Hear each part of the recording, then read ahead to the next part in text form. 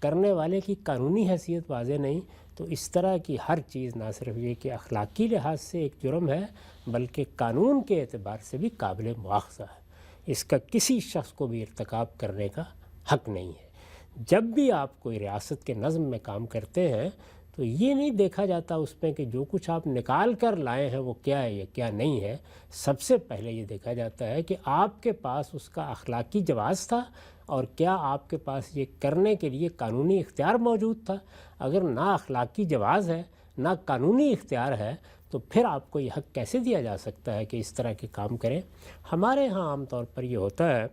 کہ بعض ایسے ادارے یہ خدمت انجام دے رہے ہوتے ہیں اور اس میں شبہ نہیں کہ حفاظتی کے نام پر انجام دے رہے ہوتے ہیں، اور ان سے توقع بھی کی جاتی ہے کہ وہ ایسی چیزوں کو اپنے ہی تک محدود رکھیں، لیکن کوئی نہ کوئی شخص وہاں سے لے کر نکل جاتا ہے اور پھر یہ تماشے ہمارے ہاں لگ جاتے ہیں۔ یہ محض تماشے ہی ہوتے ہیں، اس سے زیادہ ان کی کوئی حیثیت نہیں ہوتی۔ اگر اس کے نتیجے میں کوئی چیز سامنے آ گئی ہے اتفاق سے اور ہمیں معلوم نہیں کہ کس شخص نے یہ کیا ہے، اور ہم یہ بھی نہیں جانتے کہ قانون کی خلاف ورزی کیسے ہوئی ہے، دیواروں نے تھوڑی دیر کے لیے کہی ہے یہ سن لیا ہے، تو اس صورت میں بھی یہ ضروری ہے کہ کوئی مقدمہ قائم کرنے سے پہلے اس میں قانونی تقاضے پورے کیے جائیں۔ یعنی پھر جس کے خلاف مقدمہ ہے لوگ سامنے آئیں، باقاعدہ طریقے سے اس کی تحلیل کی جائے،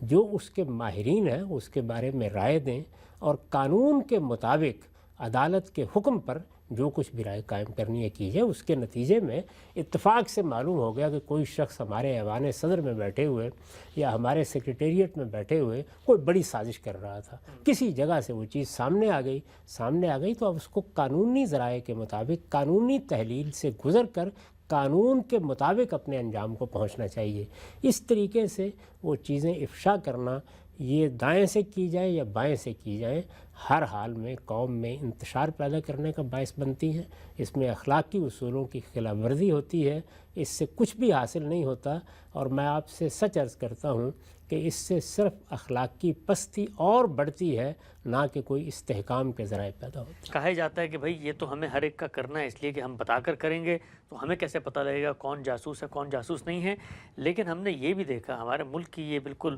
واضح اور اسٹیبلش تاریخ ہے کہ پھر انہی چیزوں کی بنیاد پہ بجائے یہ کہ ان لوگوں کو پکڑ کے کیفر کردار تک پہنچایا جائے، بلیک میلنگ کا ایک پورا پروسیس ہوتا ہے، اور کیسے سیاسی وفاداریاں انہی چیزوں کی بنیاد پہ جو ہے وہ تبدیل کروائی جاتی ہیں۔ یہ پورا کا پورا عمل، یعنی یہ تو ہے کہ جی کوئی مثال کے طور پہ تحفظ کا ادارہ ہے، وہ جاسوسوں کو پکڑنے کے لیے کام کرے گا، لیکن وہ بغیر اطلاع کے پرسنل میٹنگز ہیں، لوگوں کے میل جول ہیں، معاملات ہیں۔ مثلا اگر کوئی پبلک آفس میں بیٹھ رہے ہیں تو پہلے آپ اسکروٹنی کریں، اس کے بارے میں ہر چیز کریں اگر وہ وہاں پر جا رہا ہے، آپ کو خطرہ ہے، لیکن کرنے کے بعد اس نیت کے ساتھ یہ سب کچھ کیا جاتا ہے، اس کے پیچھے آپ کو کیا لگتا ہے عام طور پر؟ ظاہر بات ہے کہ اس میں اصل چیز یہی ہے کہ کرنے والا کس نیت سے کر رہا ہے، اس کا ارادہ اچھا ہے یا برا ہے، اور دوسرے یہ کہ اس کے پاس اس کا اخلاقی جواز تھا یا نہیں تھا، اور قانونی اختیار تھا یا نہیں تھا۔ یعنی یہ ساری چیزیں سب سے پہلے دیکھنے کی ہیں۔ باقی جو بات سامنے آ جاتی ہے وہ بعض اوقات بالکل درست ہوتی ہے، یعنی اس سے معلوم ہو جاتا ہے کہ ہمارے ہاں لوگ کس پستی میں اتر کر سیاسی معاملات کر رہے ہوتے ہیں۔ یہ چیز نمایاں ہو جاتی ہے کہ جو چیز ہمارے لیے بڑی اہمیت کی حامل ہے، جس کے بارے میں ہم یہ سمجھتے ہیں کہ یہ تو ایک مسلمہ حقیقت ہے، اس سے ادنیٰ انحراف نہیں ہونا چاہیے، یہ بنیادی اصول ہے، یہ اخلاقی قدر ہے، آدمی کو معلوم ہوتا ہے کہ ہمارے اپنے رہنما ہی بیٹھ کر کس طرح سے ان چیزوں کو پامال کر رہے ہیں، تو علم میں یہ اضافہ تو ہوا، لیکن یہ ہوا بالکل ناجائز طریقے سے۔ یعنی یہ تو پتہ چل گیا کہ جن لوگوں کو ہم دیوتا سمجھ رہے ہیں وہ اخلاقی لحاظ سے کتنے پست ہیں۔ میں مثال دے رہا ہوں، کسی کے بارے میں یہ معلوم ہو گیا، لیکن جس طریقے سے معلوم ہوا ہے اس کے جواز کو اگر تلاش کر لیا جائے اور پھر یہ دیکھا جائے کہ اسی طریقے سے ہم لوگوں کے سونے کی جگہوں میں اور خوابگاہوں میں اور شبستانوں میں اور گھروں میں گھس جائیں گے تو مجھے اندازہ کر کے بتا دیجئے کہ اس کے بعد کیا چیز پھر باقی رہے گی۔ تو اس میں یہ چیز ملحوظ رکھنی چاہیے کہ اگر کسی نے یہ دیکھنے کے لیے کیا ہے کہ فلاں جگہ پر کیا چیز خلاف قانون ہو رہی ہے اور اس کے پاس دیکھنے کا اختیار بھی تھا، تو پھر وہ قانونی طریقے سے سامنے آنا چاہیے، قانونی طریقے سے اس پر معاملات ہونے چاہیے، قانونی طریقے سے اس کو انجام تک پہنچنا چاہیے۔ یہ جو آپ نے لفظ استعمال کیا ہے کہ لوگوں کو بلیک میل کرنے کے لیے یا ان کا ایک میڈیا ٹرائل منعقد کر دینے کے لیے، اس طرح کے کام جب بھی ہمارے ملک میں ہوئے ہیں اور جس کے بارے میں بھی ہوئے ہیں، صاف نظر آ جاتا ہے کہ اس کے پیچھے کیا مقاصد ہیں، اور وہ مقاصد بہت افسوس کے ساتھ عرض کرنا پڑتا ہے کہ نہ اچھے ہوتے ہیں، نہ اخلاقی لحاظ سے قابل قدر ہوتے ہیں، اور نہ قانونی لحاظ سے جائز ہوتے ہیں۔ تو جب یہ ساری چیزیں موجود ہیں تو کسی چیز کو محض اس وجہ سے قبول نہیں کیا جا سکتا کہ اس سے ایک حقیقت تو سامنے آئی، راز تو کھلا، کچھ لوگ پردہ نشین تھے، ان کے چہرے تو بے نقاب ہوئے، کچھ لوگوں نے اپنے آپ کو معلوم نہیں کیا آسمانی مخلوق بنا کے پیش کیا تھا، پتہ تو چل گیا۔ یہ بالکل درست ہے، یہ تو کسی غلط سے غلط کام کے نتیجے میں فائدہ حاصل ہو سکتا ہے، لیکن کسی ملک میں، کسی قوم میں جو آئین کے مطابق اپنی زندگی بسر کر رہی ہو، اس کو کیسے گوارا کیا جا سکتا ہے کہ ان فوائد کو سامنے رکھا جائے اور اس کے بعد ایک ناجائز کام کو آپ جواز کا درجہ دے دیں۔ میں نے اسی لیے اس کی مثال دی کہ ہمارے ہاں پولیس مقابلوں میں لوگوں کو مار دیا جاتا ہے۔ ہو سکتا ہے کہ آپ نے فی الواقع مجرم کو مارا ہو، بلکہ بعض اوقات لوگ اس کی دلیل بھی پیش کرتے ہیں کہ ہمارے عدالتی نظام میں مجرم کو، جو فی الواقع مجرم ہے، کیفر کردار تک پہنچانا آسان کام نہیں ہے، اور جب جرائم بہت بڑھ جاتے ہیں اور عدالتی نظام بالکل ناکام ہو جاتا ہے تو پھر عدالت سے ماورا اس طرح کے اقدامات کرنے پڑ جاتے ہیں۔ تو یہ آپ اس کو جائز قرار دیں گے؟ اگر اس کو جائز قرار دیں گے تو اس کا مطلب یہ ہے کہ قانون ختم ہو گیا، عدالتیں ختم ہو گئیں، قانونی نظم کو آپ نے معطل کر دیا، اور آپ نے کچھ افراد کے ہاتھ میں لوگوں کی زندگی پکڑا دی۔ اب ایک موقع پر انہوں نے فی الواقع مجرم کو کیفر کردار تک پہنچایا، اور کسی دوسرے موقع پر کسی سیاسی مخالفت کے نتیجے میں کسی کو اللہ کے حوالے کر دیا، اور کسی موقع پر کسی ذاتی نفرت یا انتقام کے نتیجے میں یہی کام کر ڈالا، تو آپ ان میں تفریق کیسے کریں گے؟ اس لیے یہ بات سمجھ لینی چاہیے کہ اچھے سے اچھے نتیجے کو بھی اس لیے قبول نہیں کیا جا سکتا کہ وہ اچھا نتیجہ ہے، یہ دیکھنا پڑے گا کہ اس نتیجے کو حاصل کرنے کے لیے طریقہ کیا اختیار کیا گیا ہے۔ کیا وہ طریقہ قانونی تھا؟ کیا وہ اخلاقی لحاظ سے درست تھا؟ کیا فی الواقع اس کے لیے کسی کو کوئی اختیار دیا گیا تھا؟ اگر ایسا ہے تو پھر وہ ظاہر ہے کہ انہی آداب کے ساتھ سامنے آئے گا جو آداب قانون و اخلاق میں مقرر ہیں، اور اگر اس طرح نہیں ہے تو یہ چوری ہے، اور آخری درجے میں میں عرض کروں گا کہ سینہ زوری بھی ہے۔ عام طور پہ دیکھتے ہیں کہ اعتماد کی فضا میں ہم کوئی بات کرتے ہیں، یا مثال طور پہ واٹس ایپ پہ کوئی آڈیو نوٹ ہم اپنے کسی رشتہ دار کو، کسی جاننے والے کو، یا ہم سے اگر کوئی بات پوچھتا ہے تو ہم یہ چاہتے ہیں کہ اس کو کم سے کم بتا دیں۔ لوگ بے تکلف اس کو آگے فارورڈ کر دیتے ہیں، یا کوئی نچ کی مجلس ہے اس کی گفتگو کو ریکارڈ کر کے وہ لوگوں میں عام کر دیتے ہیں۔ یہ بھی اسی طریقے سے آپ کی نظر میں ایک بڑا اخلاقی جرم ہے، اس لیے کہ میں نے اگر کوئی بات کی تھی تو ایک بندے سے کی تھی، اور میں نہیں چاہتا تھا کہ وہ بات باہر نکلے، اور ایسا نہیں تھا کہ وہ بات کوئی جھوٹ پہ مبنی تھی، لیکن ہر بات ظاہری بات ہے ہر جگہ پہ ہر ایک سے نہیں کہی جاتی، ہمارے یہاں اس کا بھی لحاظ نہیں رکھا جاتا۔ اس میں کیا شبہ ہے، اس زمانے میں تو یہ جرم بہت عام ہو گیا ہے، یعنی اب آپ کو اس کا اعتماد نہیں ہوتا کہ آپ کسی سے مل رہے ہیں، کسی کے سوال کا جواب دے رہے ہیں، کسی سے نج کی کوئی بات کر رہے ہیں، اس کو کوئی نصیحت کر رہے ہیں، آپ کا لب و لہجہ کیا ہے کیا نہیں ہے۔ ہر شخص کے پاس ایک آلہ موجود ہے، اور وہ بعض اوقات آپ سے اجازت بھی نہیں لیتا، اس کو ریکارڈ کر لیتا ہے۔ یک بہ یک معلوم ہوتا ہے کہ وہ چیز لوگوں میں عام ہو رہی ہے، کیونکہ جس وقت ہم نج کی مجالس میں گفتگو کرتے ہیں ہمارا لب و لہجہ اور ہوتا ہے، کسی بے تکلف سے گفتگو کرتے ہوئے، بے تکلف دوست سے، کسی عزیز سے ہم اور لب و لہجے میں بات کرتے ہیں، تو ان سب چیزوں کا لحاظ رکھا جاتا ہے۔ اسی لیے اس بات کو ایک اصول کے طور پر مانا جاتا ہے کہ کوئی شخص جب تک اپنے کسی معاملے کو افشا نہیں کرنا چاہتا تو یہ میرا کام نہیں ہے یا آپ کا کام نہیں ہے کہ میں فیصلہ کر لوں کہ اس چیز کو افشا ہونا چاہیے۔ اگر کسی نے کوئی چیز ریکارڈ کی ہے تو اس کو چاہیے کہ وہ اجازت لے کے کرے، پہلے یہ بتائے۔ وہ آگے پہنچانا چاہتا ہے تو یہ اس کی اپنی ثوابدید پر نہیں ہو سکتا، اس کو سب سے پہلے ان لوگوں سے اجازت لینی چاہیے۔ یہ سارے وہ اخلاقی آداب اور اصول ہیں جو ہمیں اپنی ذاتی زندگی میں بھی ملحوظ رکھنے چاہیے، ہماری اجتماعی زندگی میں بھی ان کو پوری طرح ملحوظ ہونا چاہیے۔ اور میرا تو احساس یہ ہے کہ اب باقاعدہ قانون سازی ہونی چاہیے اس مقصد کے لیے، کیونکہ یہ جرائم بہت بڑھتے جا رہے ہیں، جس میں یہ متعین کیا جائے کہ اس طرح کے لوگ اگر قابو میں آ جائیں یا آ سکتے ہیں تو ان کو باقاعدہ تنبیہ ہو، اس کا نتیجہ بہت برا نکلے گا۔ یعنی آپ اندازہ نہیں کر سکتے کہ اس طرح جب ہم لوگوں کو بظاہر یہ سمجھ رہے ہوتے ہیں کہ یہ شخص تو رسوا ہونے کے قابل ہے یا اس کو تو لوگوں تک پہنچنا ہی چاہیے، لیکن ہم یہ اندازہ نہیں کر پاتے کہ ایک شخص کو کیفر کردار تک پہنچاتے ہوئے ہم نے خود کتنے جرائم کا ارتکاب کر ڈالا ہے۔ تو میرا کہنا یہ ہے کہ اس میں کوئی شبہ نہیں کہ اگر کہیں جرم ہو رہا ہے یا کسی جگہ کوئی غلط چیز ہو رہی ہے اور اس کا سامنے آنا ضروری ہے یا اس کو قانون کی گرفت میں لانا ضروری ہے، اس کے طریقے متعین ہوتے ہیں قانون میں، وہ قانونی ذرائع سے، قانونی طریقوں سے، اخلاقی حدود کے اندر ہی کیا جائے گا، تو وہ دینی لحاظ سے بھی جائز ہوگا اور وہ اخلاقی لحاظ سے بھی جائز ہوگا۔ ان حدود کو اگر کسی نے تجاوز کر کے یہ کام کیا ہے تو اس نے ایک جرم کا اگرچہ انکشاف کر دیا ہے لیکن خود بھی بڑے جرائم کا ارتکاب کر ڈالا ہے۔ تاہم کسی جرم کا اس طریقے سے بھی انکشاف ہو گیا ہے تو اس کو پھر پھیلانا، لوگوں تک پہنچانا، یہ بڑی ذمہ داری کا کام ہے۔ اس میں پھر کچھ قانونی تقاضے ہیں کہ آپ اگر کوئی ایسا معاملہ ہے جس پر گرفت ہونی چاہیے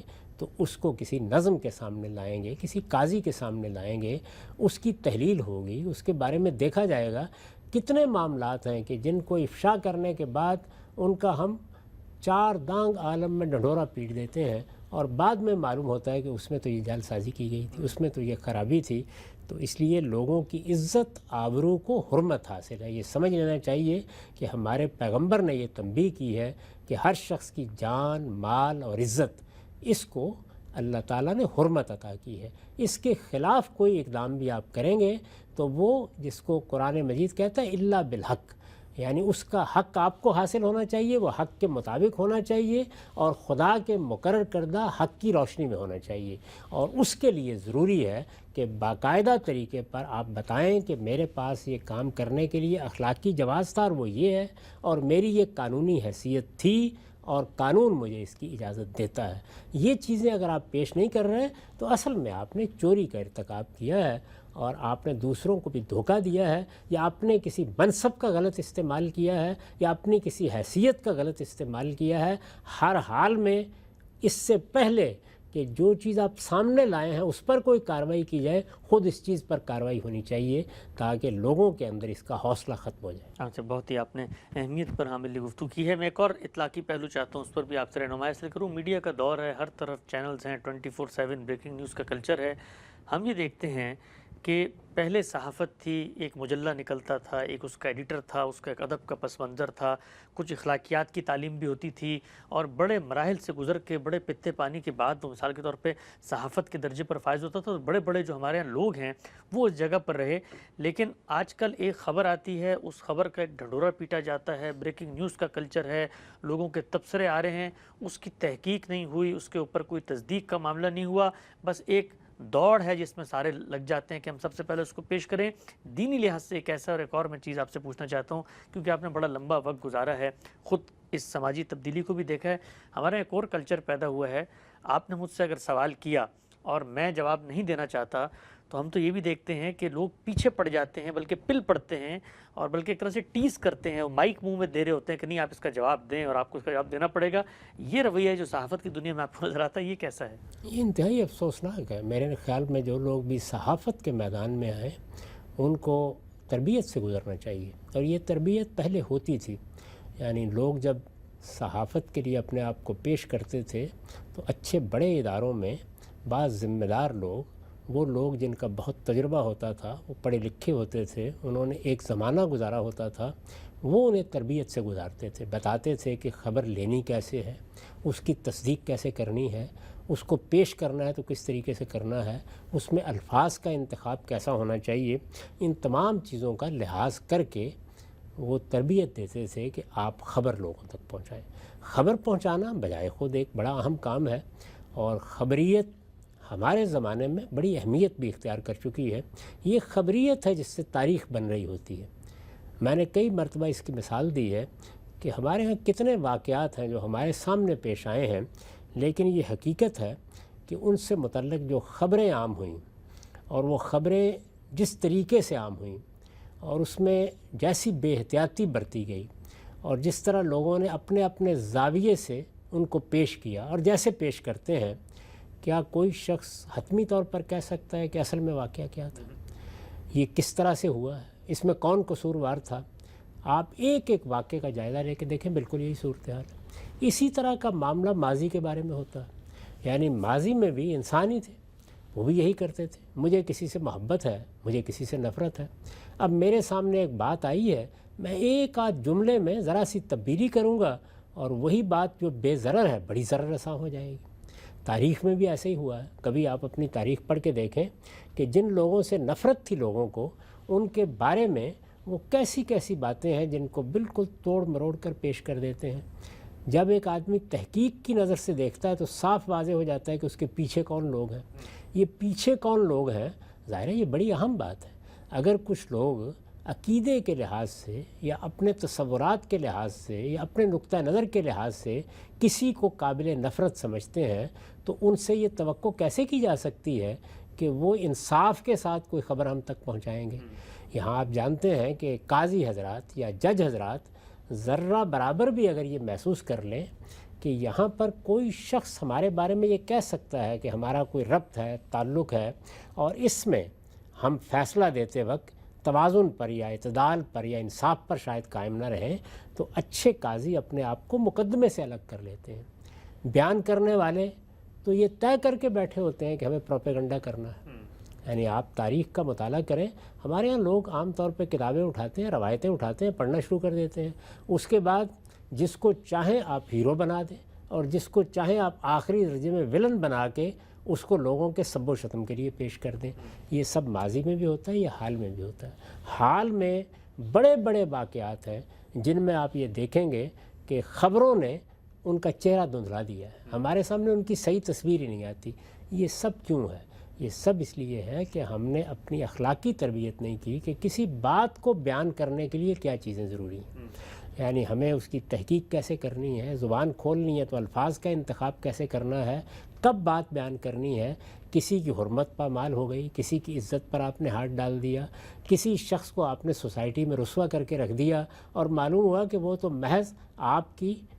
لذت کلام تھی، یعنی آپ نے ایک بات سنی اور اس کو بیان کر دیا۔ یہ کام صحافی کر رہا ہے، یہ کام دانشور کر رہا ہے، یہ کام بدقسمتی کے ساتھ علماء کر رہے ہیں، اور سیاسی لیڈروں نے تو اس کو اپنا ہنر بنا لیا ہے۔ وہ یہ خیال کرتے ہیں کہ جھوٹ بولنا، جھوٹے الزام لگانا، لوگوں کے بارے میں اس طرح کی باتیں کرنا، کسی چیز کو وہ رائی ہے تو پربت بنا کے پیش کرنا۔ وہ جو استاذ امام ایک تعبیر اختیار کیا کرتے تھے کہ ان کو ٹڈے کی ٹانگ مل جاتی ہے، اس پر ہاتھی کا خول چڑھا دیتے ہیں۔ یہ روز ہم دیکھتے ہیں، یعنی باقاعدہ بیٹھ کے اس کی منصوبہ بندی ہو رہی ہوتی ہے کہ ہم نے کسی چیز کو کس طریقے سے لوگوں کے سامنے لانا ہے،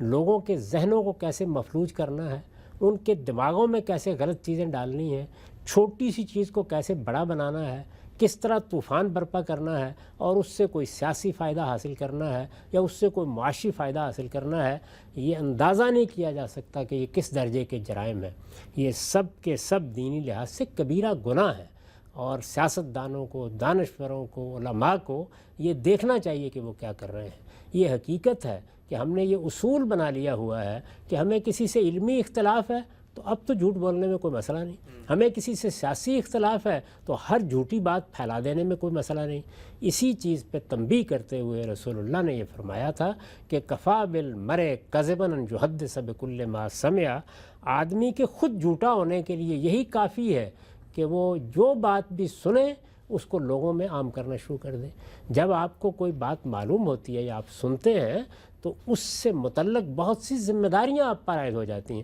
وہ کوئی عام واقعہ ہے، عام بات ہے، شب و روز بیان کریں، کوئی فرق نہیں پڑتا اس سے۔ کسی کے اوپر کوئی تہمت لگ رہی ہے، کوئی بہتان لگ رہا ہے، کسی کے بارے میں کوئی ایسی بات کہی جا رہی ہے جس سے اس کی عزت خطرے میں پڑ سکتی ہے، تو لوگوں کو معلوم ہونا چاہیے کہ ہمارے پیغمبر کا ارشاد ہے، اور یہ کس موقع کے اوپر کہا ہے، آخری موقع کے اوپر کہا ہے، حجۃ الوداع کے موقع پر کہا ہے کہ تمہارے مال، تمہاری جانیں، ان اموالکم و دماءکم و اعراضکم حرام علیکم کا حرمت یومکم ھذا، یعنی اس کو حرمت حاصل ہے، اس دن کی طرح کی حرمت ہے۔ ذوالحج کے مہینے کی طرح کی حرمت ہے، اس شہر کی طرح کی حرمت ہے جس میں میں اس وقت کھڑا ہوں۔ تو اس سے اندازہ کیا جا سکتا ہے کہ جب بھی ہم زبان کھول رہے ہوتے ہیں تو اس وقت ہمیں کن چیزوں کے بارے میں محتاط رہنا چاہیے۔ یہ واقعہ ہے کہ میں نے اپنی آنکھوں کے ساتھ یہ دیکھا ہے اور بارہا دیکھا ہے کہ ایک شخص جس وقت ایک چیز کو اپنے مفاد کے مطابق سمجھتا ہے تو اس کو بالکل اور طریقے سے بیان کرتا ہے، جب اپنے مخالف کے بارے میں وہی چیز دیکھتا ہے تو بالکل اور طریقے سے بیان کرتا ہے۔ اور اس میں اس وقت تو یہ صورتحال پیدا ہو گئی ہے کہ بعض لوگوں نے اس کمال فن کا مظاہرہ کیا ہے کہ وہ صبح ایک بات کہہ کے اس کے 2 گھنٹے کے بعد اس سے بالکل مختلف بات اپنے موقف کے طور پر بیان کرنے کا حوصلہ رکھتے ہیں۔ یعنی آدمی حیران رہ جاتا ہے ان کو دیکھتے ہوئے کہ یہ کس طرح کی مخلوق ہے جو ہمارے یہاں پیدا ہو گئی ہے، اور یہ ہر شعبہ زندگی میں آپ کو ملتے ہیں۔ بدقسمتی یہ ہے، اور قوموں کی رہنمائی کرنے کے لیے جو لوگ نکلتے ہیں، دانشور بھی اسی لیے باہر نکلتا ہے، عالم بھی اصل میں لوگوں کو دین بتانے کے لیے کھڑا ہوتا ہے، سیاستدان بھی لوگوں کے رہنما کی حیثیت سے سامنے آتا ہے۔ لیکن اگر یہ سب کے سب لوگ اس طرح جھوٹ بولیں، اس طرح جھوٹ باندھیں، اس طرح تہمتیں تراشیں، اس طریقے سے منصوبے بنا کر لوگوں کے ذہنوں کو مفلوج کریں، ایک سچا لیڈر، ایک سچا رہنما وہ تو یہ چاہتا ہے کہ میری قوم کی تربیت ہو، میری قوم میں صحیح سوچ پیدا ہو، وہ حقائق کو جاننا سیکھیں۔ وہ ایک ایک قدم پھونک پھونک کر رکھتا ہے، ایک ایک لفظ منہ سے نکالتا ہے تو وہ جانتا ہے کہ میرے ایک لفظ کے نتیجے میں لوگ کیا تاثر لیں گے۔ میں کسی کے بارے میں کوئی غلط بات تو نہیں کر رہا، میں لوگوں کو جھوٹ بولنے کی تربیت تو نہیں دے رہا، میں اپنے گرد و پیش کے لوگوں کو مکاریاں تو نہیں سکھا رہا، لیکن ہم سکھاتے ہیں۔ اور جب وہ پھر سب کچھ پردہ اٹھ جاتا ہے تو بعض موقعوں کے اوپر پھر ہم پریشان بھی ہوتے ہیں اور تعویلیں کرنے میں بھی اپنے کمالات کا مظاہرہ کرتے ہیں، جبکہ ہم سب کو سب سے پہلے اپنے گریبان میں جھانک کر دیکھنا چاہیے کہ اگر کوئی عالم ہے، اگر کوئی دانشور ہے، اگر کوئی سیاستدان ہے تو اس کی ذمہ داری کئی گنا زیادہ ہے۔ رسالت میں آپ صلی اللہ علیہ وسلم کی ازواج مطہرات کو بعض چیزوں پر توجہ دلاتے ہوئے قرآن مجید نے کیا کہا کہ تم لوگ پہچانو کہ تمہاری ذمہ داری کیا ہے، اگر تم کوئی غلطی کرو گی تو تمہارے لیے دوہری سزا ہے۔ تو وہ لوگ کہ جو قوم کی رہنمائی کرنے کے لیے اٹھے ہوں، سیاستدان ہوں، دانشور ہوں، علماء ہوں، ان کی ذمہ داری دوہری ذمہ داری ہے، ان کے لیے دوہرا عذاب ہے۔ تو یہ جتنی چیزیں ہم بیان کر رہے ہیں، یعنی جھوٹ بولنا، جھوٹی تہمت لگانا، جھوٹ پھیلانا، جھوٹے مقدمے بنانا، جھوٹ کی بنیاد پر اپنا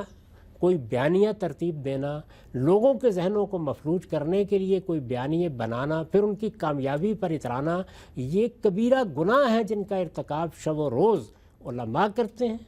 دانشور کرتے ہیں، سیاستدان کرتے ہیں۔ یہ حقیقت ہے کہ ایک خدا ترس آدمی خلوت میں بیٹھے ہوئے کانپ جاتا ہے کہ یہ کیا لوگ ہیں جو ہمارے گرد و پیش میں ہماری رہنمائی کے لیے نکلے ہیں، یہ راہبر ہیں یا راہزن ہیں، اور راہزنی میں اس درجے یہ بے باک ہو چکے ہیں کہ گویا یہ اب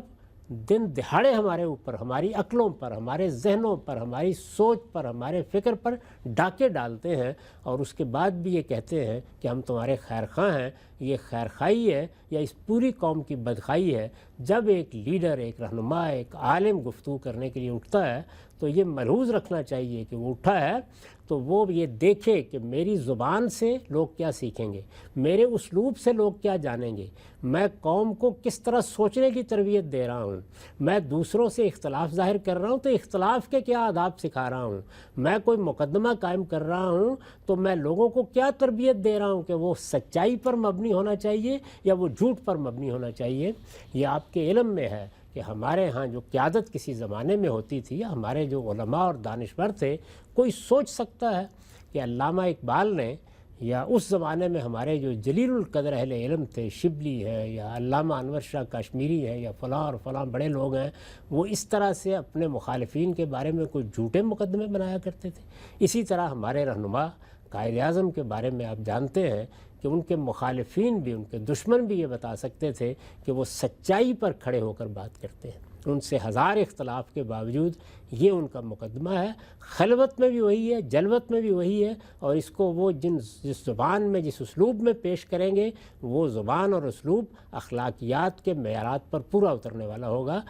یعنی کسی موقع پر کوئی غلطی ہو گئی، غلطی سے تو کوئی بھی پاک نہیں ہے، لیکن ان کا عمومی رویہ یہ ہوتا تھا کہ یہ ہماری ذمہ داری ہے، ہم قوم کے رہنما ہیں، ہماری حیثیت یہ ہے کہ ہمیں قومیں بنانی ہیں تو قومیں اخلاقی تربیت سے بنتی ہیں، صحیح اصولوں سے بنتی ہیں، صحیح مقدمات ترتیب دینے سے بنتی ہیں، لوگوں کو یہ بتانے سے بنتی ہیں کہ ہم اپنے کسی دشمن کے معاملے میں بھی کوئی انصاف کے خلاف بات نہیں کہتے۔ ہمارے دین کو دیکھ لیں، اس میں ایمان کا یہ تقاضا بیان کیا گیا ہے کہ تمہاری کسی کے ساتھ دشمنی بھی تمہیں اس پر آمادہ نہ کرے کہ تم خلاف عدل، خلاف انصاف کوئی جھوٹی بات اس کے بارے میں کہہ دو۔ اعدلوا هو اقرب للتقوی، ہر حال میں عدل اور انصاف کی بات کرو۔ تو خلوت میں، جلوت میں، باہر اندر ایک لیڈر کے کوئی احوال ہمارے سامنے آئیں، ایک دانشور کے آئیں، ایک عالم کے آئیں، تو معلوم ہونا چاہیے ہمیں کہ یہ تو تنہائی میں بیٹھ کر بھی کوئی بات نہ شریعت کے خلاف کرتا ہے، نہ کہتا ہے،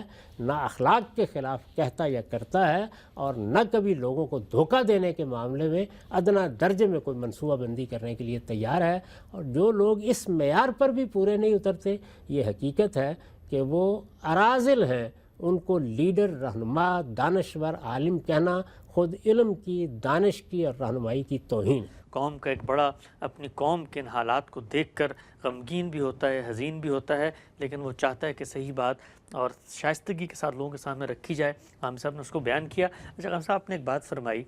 کہ اصل لیڈرشپ کا تقاضا یہ ہے کہ آپ اپنے دشمن کے بارے میں بھی اگر کسی چیز کو ٹھیک سمجھتے ہیں تو ببانگ دوہل، بغیر کسی تردد کے، بغیر کسی ڈر کے اس کو بیان کریں۔ ہمارے عام طور پر مثال بھی نہیں دی جاتی، اس لیے کہ ہم ایک خاص کشمکش کے حالات میں اس ملک سے علیحدہ ہوئے، اس وقت بھی مخاصمت کی فضا ہے، لیکن میں چاہتا ہوں ذرا ان پہ بھی بات کروں۔ مہاتما گاندھی، جن کے بارے میں ظاہری بات ہے، واضح ہے کہ وہ تقسیم میں کس طرف کھڑے تھے، مسلمانوں کی لیڈرشپ قائد اعظم کے ہاتھ میں تھی، ان کے بارے میں بھی تو آپ بتائیے کہ جان دے دی ایک شخص نے، خود ان کے اپنے لوگوں میں سے اٹھ کے ایک بندے نے ان کو مار دیا، لیکن ان کا جو مقدمہ تھا وہ اپنے مخالف، یا مثال کے طور پہ آپ آج کے لحاظ سے کہہ سکتے ہیں اپنے دشمن ملک کی تائید میں تھا، اور اس کے لیے انہوں نے جان بھی دے دی۔ جس وقت یہ معاملہ ہوا، یہ حقیقت ہے کہ جو لیڈرشپ موجود تھی، خواہ وہ قائد اعظم ہوں، مہاتما گاندھی ہوں، جواہر لال ہوں یا دوسرے لوگ ہوں، وہ یہ سوچ بھی نہیں سکتے تھے کہ کسی کو دشمن قرار دے دینا ہے۔ یعنی وہ تو تقسیم کا مقدمہ اس اصول پر لڑ ہی نہیں رہے تھے۔ پیش نظر یہ تھا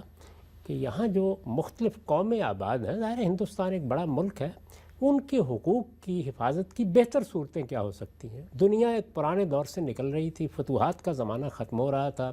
جس طرح پہلے لوگ آ کے حکومتیں کرتے تھے وہ چیز جا رہی تھی۔ اب ظاہر ہے کہ جمہوریت کا، اسی طرح سیکولرزم کا دور تھا، اس میں بہت سی چیزیں تھیں جن کو طے ہونا ضروری تھا۔ تو وہ یہ مقدمہ ان اصولوں پر تھے، انہوں نے کسی کو دشمن قرار دے کے یہ معاملہ نہیں کیا تھا۔ کسی وقت اگر کسی پر تنقید بھی کرتے تھے تو ان چیزوں کا لحاظ کر کے کرتے تھے۔ آپ تو ان کی بات کرتے ہیں، خود مسلمانوں کی لیڈرشپ میں مثال کے طور پر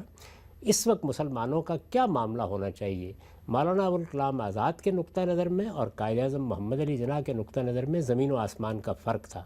اس میں لوگ انصاف نہیں کر پاتے۔ یعنی ایک طرف کے لوگ قائد اعظم میں ہر عیب تلاش کرنے کی کوشش کرتے ہیں، دوسری طرف کے لوگ مولانا ابوالکلام آزاد کی ساری عظمتوں کو فراموش کر دیتے ہیں۔ یہ وہ بے انصافی ہے کہ جس بے انصافی کی بدقسمتی سے ہم اپنی قوم کو تربیت دیتے ہیں۔ اسی لیے میں نے آپ کو توجہ دلائی کہ مہاتما گاندھی ہوں یا جواہر لال ہوں، آج کا کوئی شخص ہو یا ماضی کا کوئی شخص ہو، بنو امیہ کے لوگ ہوں یا بنو عباس کے لوگ ہوں، خاندان رسالت سے تعلق رکھنے والے ہوں یا کسی اور خانوادے سے، سب کے سب سے متعلق ہماری ذمہ داری ہے کہ ہم انصاف کی بات کریں، حق کی بات کریں۔ یہ کوئی طریقہ نہیں ہے کہ سنی سنائی باتیں، دائیں بائیں سے لکھی پڑھی ہوئی باتیں لے لیں اور کسی کے بارے میں زبان کھولتے وقت ہمیں ادنا درجے میں باک نہ ہو کہ کیا ہم نے فی الواقع تحقیق کر لی ہے، بات کو آخری درجے میں سمجھ لیا ہے، جان لیا ہے۔ ہمارے ہاں لوگ، یہ حقیقت ہے کہ کتابیں لکھتے ہیں، مقالات لکھتے ہیں، تقریریں کرتے ہیں، اس کا مواد متعین کرتے ہیں، وہ اپنے آپ کو قوموں کے رہنما سمجھ رہے ہوتے ہیں، لیکن ان میں اس درجے کی احتیاط بھی نہیں ہوتی کہ جو ایک عام شخص کو بھی اپنی زندگی میں ملحوظ رکھنی ضروری ہے۔ اور میں نے ابھی آپ سے عرض کیا کہ جیسے ہی کوئی شخص ذمہ داری کے منصب پر فائز ہوتا ہے تو یہ احتیاط اور زیادہ بڑھنی چاہیے، اسے اور زیادہ محتاط ہونا چاہیے۔ تو یہاں مہاتما گاندھی سے کون انصاف کرے گا؟ یہاں تو قائد اعظم کے ماننے والے ابوالکلام آزاد سے اور ابوالکلام آزاد کے معتقدین قائد اعظم سے انصاف نہیں کر پاتے۔ ہم لوگ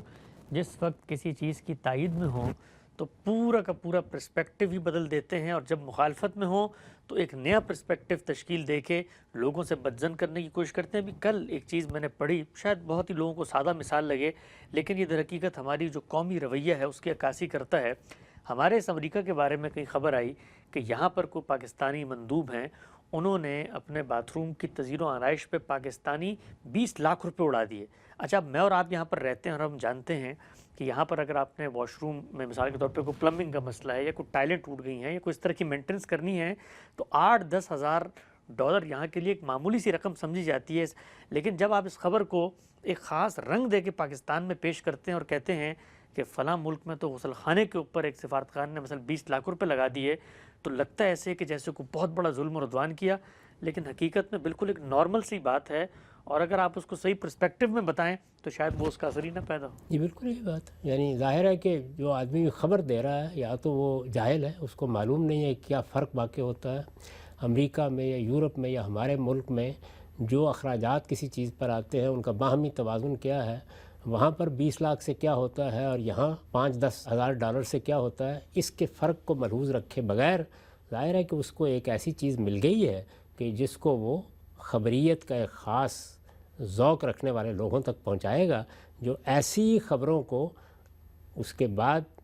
ہر گوشے میں پہنچا کے کسی شخص کو متون کرنے کے لیے سارے تیر اپنے ترکش سے نکال لیں گے۔ یہ بڑی ذمہ داری کی چیز ہے، اسی لیے میں نے یہ عرض کیا کہ اسے پوری بات بیان کرنی چاہیے اگر وہ لیکن پوری بات جیسے ہی آپ بیان کرتے ہیں تو اس کے اندر سے وہ سنسنی خیزی نکل جاتی ہے، وہ خبریت جس کو کہتے ہیں وہ ختم ہو جاتی ہے، پھر وہ ایک عام واقعہ بن جاتا ہے۔ تاہم ہمیں سب کو یہ توجہ دلانی چاہیے کہ آپ کا کسی سے جیسا کچھ بھی اختلاف ہے اور آپ اگر کسی ایسے شعبے کو اختیار کر چکے ہیں جس میں لوگ آپ کی بات سنتے ہیں، ظاہر ہے صحافی کی بات لوگ سنتے ہیں، اس کی خبر کو لوگ پڑھتے ہیں، اگر کوئی شخص بیٹھ کر لوگوں کا تجزیہ کر رہا ہے تو لوگ اس کے تجزیے پر کان لگائے ہوئے ہوتے ہیں، ایک عالم کی بات لوگ سنتے ہیں، اس سے دین سیکھتے ہیں، وہ کسی کے بارے میں تبصرہ کرتا ہے تو لوگ اس کی بنیاد پر آراء قائم کرتے ہیں، اور سب سے بڑھ کر سیاسی رہنما اس کو تو لوگ اپنا نجات دہندہ سمجھ رہے ہوتے ہیں۔ یہ لوگ اگر اتنے غیر محتاط ہو گئے، جس ایک مثال سے آپ نے اس کو واضح کیا ہے، اور یہ چیزوں کو ان کی صحیح جگہ پر رکھ کر پیش کرنے کی صلاحیت سے عاری ہو گئے ہیں، تو آپ اندازہ کر سکتے ہیں کہ اس کے بعد باقی قوم کا کیا حال ہوگا،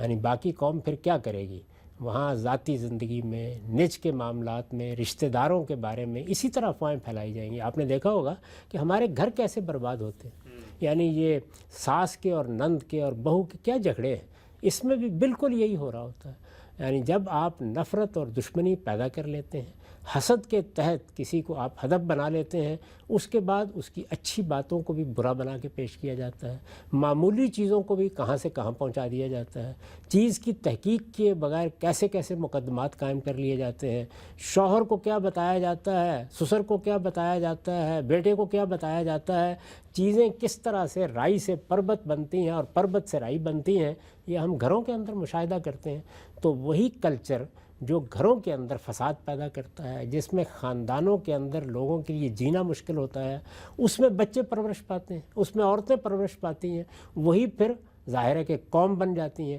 انہی کے اندر سے لیڈرشپ پیدا ہوتی ہے۔ تو ہر جگہ غیر محتاط لوگ یہ باتیں بیان کر رہے تھے۔ آخر آپ خود سوچیں کہ وہ لوگ جنہوں نے یہ حوصلہ کیا ہوگا کہ وہ اللہ کے پیغمبر کی طرف غلط باتیں منسوب کریں، اللہ کے پیغمبر کی کہی ہوئی باتوں میں ایسی تحریفات کر دیں جس سے ان کا مطلب کچھ سے کچھ ہو جائے، وہ لوگ بھی تو آخر اپنے سینے میں کوئی دل رکھتے ہوں گے نا۔ تو اس کے مطلب یہ ہے کہ انسان پر حسد، انتقام، مخالفت اتنا غلبہ پا لیتی ہے کہ اللہ تعالیٰ کو یہ کہنا پڑا کہ وَلَا يَجْرِمَنَّكُمْ شَنَآنُ قَوْمٍ عَلَىٰ أَلَّا تَعْدِلُوا اعْدِلُوا هُوَ أَقْرَبُ لِلتَّقْوَىٰ۔ خدا کے بندوں، کسی کی دشمنی بھی تمہیں اس پر آمادہ نہ کرے کہ تم انصاف کے خلاف بات کرو۔ آپ خلوت میں بھی بیٹھے ہوئے اپنے کسی مخالف کے بارے میں مخالفت کی کئی وجوہ ہو سکتی ہیں. مخالفت کے وجوہ بعض اوقات بالکل جائز ہوتے ہیں. یعنی ہم کسی شخص کے نقطہ نظر کو صحیح نہیں سمجھتے، کسی کے استدلال کو صحیح نہیں سمجھتے، کسی کی تحقیق کو صحیح نہیں سمجھتے، کسی کی سیاسی تدبیر کو صحیح نہیں سمجھتے. یہ سب چیزیں ہو سکتی ہیں اور ان کی بنیاد پر اختلاف پیدا ہو جاتا ہے.